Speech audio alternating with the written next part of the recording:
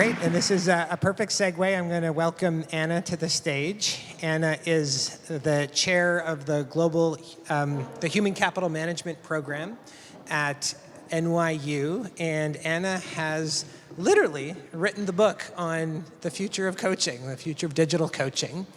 And we're going to talk a little bit about some provocations around first sort of why coaching is so important, and then what are some areas that we can look to potentially get a glimpse of what coaching in the workplace might look like. So welcome. Thank you, Anna.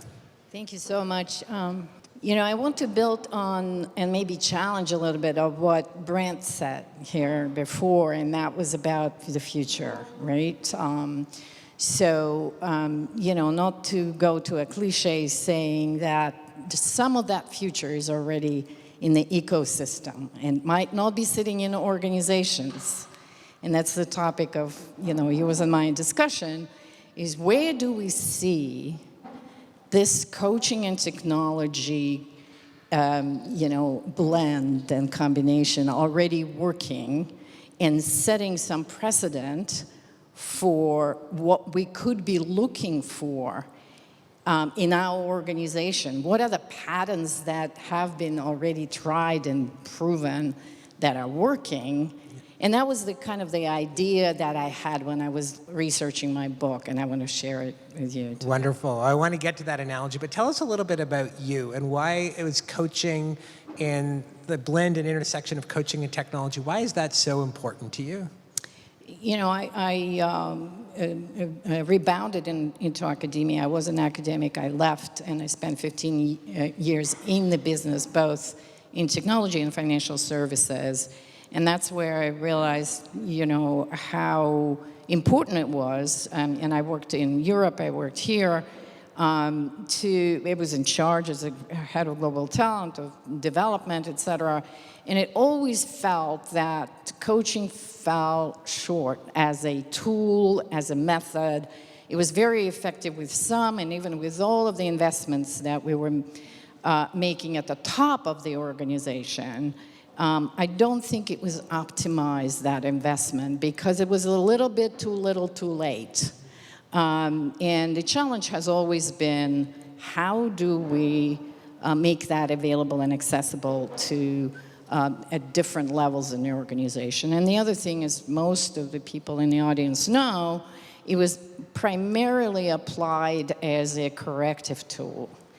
Coaching, got a bad reputation. If you tell your senior executives on Wall Street, where I worked, that they need to get a coach, that was like a curse. That means it's the next will be performance improvement plan or something along those lines. So I don't think that coaching got the impact that was intended to make in organizations. And obviously, when technology became available to us, first through the platforms, can we connect?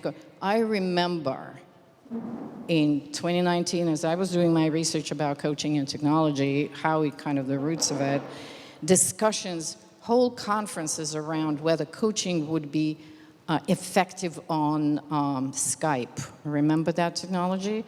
Or on the phone, remember? Could coaching be done through the phone?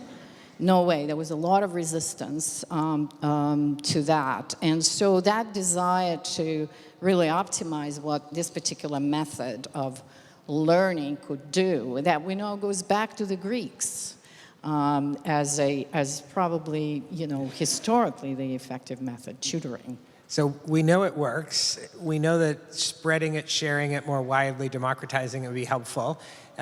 We're also looking at the future. So where do you look to get a sense of where the future of coaching in the workplace might be? Yes. So as I was looking around, sports, and specifically professional sports, was where I was starting to do research. Started with data. I remember the Moneyball that came out, and then when I looked at athletic performance, even the latest Olympics, there's no way those humans could get to where they got without coaching. And there's no questioning. And it's interesting that we have this conversation here about trying to prove to our organizations that coaching works. But no one questioning the effectiveness of coaching when it comes to sports.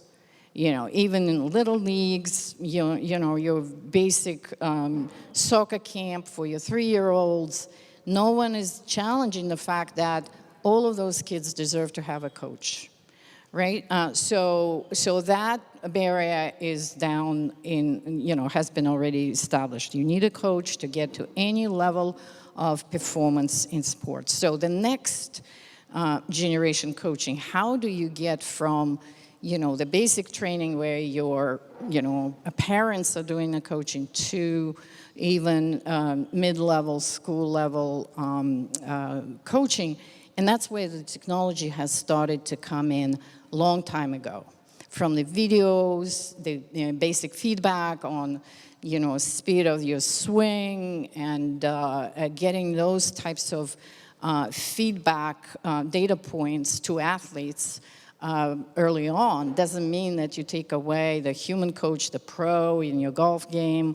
But technology was accepted from the get-go as soon as those tools became available. And the significant amount of investment that's been put in into developing the whole ecosystem of startups. In fact, some of the clubs, some of the professional associations, groups, started creating their own technology ecosystems to encourage innovation in those types of technologies that can accelerate coaching for professional athletes. I think one of the words you used there was feedback. And so Yes. one of the things that's incredible about the technology is that it can codify that feedback, deliver it well, and if it's technology, it can do that at scale. Where does that analogy sort of have a strong parallel with work, and where is work a little different potentially than the sports world? Yeah, so, you know, everyone here on the stage talking about how they apply these tools talk about performance and productivity, performance, et cetera, et cetera. And that's where the Venn diagram is between athletic performance and performance on the job. At least in the broader definitions of performance, that's what it is. So I think there is a lot of similarity in what we expect from either an athlete or an employee. And you know, I've written and I've done a ton of research on performance management, and one of the main headaches and failures of the current performance management systems is inability to provide ongoing feedback. So in fact, you know, if you look at the athlete, if you look at an employee, it's the frequency of the conversation with a manager around feedback on performance just in time, in the flow of work, that makes a difference in the ultimate output of that particular employee. And that's where organizations started to kind of manually mandate other managers to have frequent conversations. We moved from once a year to quarterly. And there was a whole renaming revolution about, you know, check-ins and other types of language. Imagine that just like with an athlete, you can provide feedback pretty much on a daily basis. Obviously, there's no human capacity from the manager perspective. And a lot of research that has been done on managers and the role of managers and the importance of managers and conflict in the design of the role of the manager. And the manager has to produce and give feedback. So it was really a catch-22 situation in companies around performance management. So I'll imagine that you would have some way of providing that daily feedback that could be incremental and building up to the final performance appraisal or whatever it's called in your organization. So it's actually built on pretty much almost daily feedback situation. And I think that that is the guarantee that just like with any athlete, the performance is going to improve. I think one of the interesting things as we explore the idea of AI is that sports professionals can get feedback as they practice. So they'll do a lot of practice before they actually perform. Whereas managers and leaders, I mean, it's sort of constantly on the job. And AI coaching can actually give them that feedback in an extraordinarily safe way in a practice environment so that they might feel the confidence and have the skills to put it in practice in the real world. And I really want to emphasize that because we've done some research on using these feedback AI tools. People feel a lot more comfortable and psychologically safe in the environment where AI is providing this very basic feedback vis-a-vis a manager, because there's a status difference and, and not necessarily always the best, including the fact that managers are not available, their capacity to do that. But it's a much safer situation when you can get objective feedback on how you are performing from an AI system.